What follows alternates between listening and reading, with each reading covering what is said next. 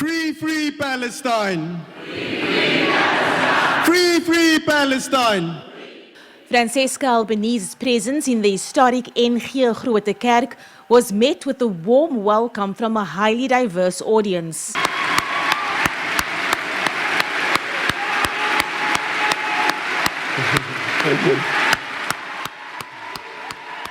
Before being called up onto the stage, anti-apartheid activist Reverend Rene August passed on a message to Albanese.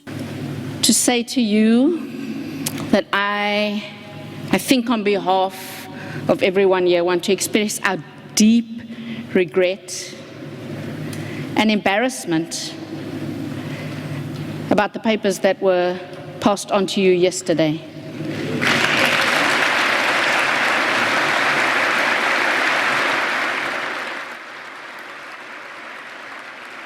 The papers refer to legal documents served to Albanese by a sheriff at the Nelson Mandela Lecture.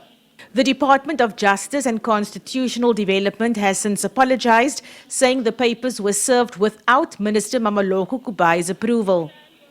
During the question and answer session, Albanese was asked why Israel is allowed to continue its action against Palestine with impunity. But so there is an racism, and which is a disease that needs to be cured or needs to be uprooted. But also there is something that resonates here as well. 30 years after the formal end of apartheid, economic and financial interests. If I have to point at one problem, it's this one.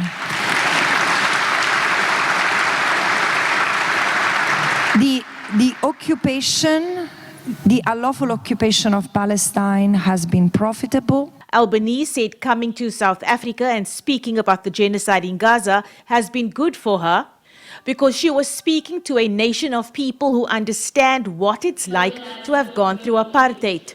She, however, called on the South African government to act against those who have joined the Israeli Defense Force. And the other thing is that, have you had the nationals who have been fighting in the Israeli army? Okay, so what happens when they come back? They need to be considered suspect. So the police needs to investigate them. If there is evidence that they have committed crimes, they have to be prosecuted, and if the judges conclude that they have committed crimes, they have to be convicted. Albanese also reminded the audience that while South Africa can celebrate the fall of apartheid and its removal from legal documents, it's still largely visible in the underpinning structure of the country.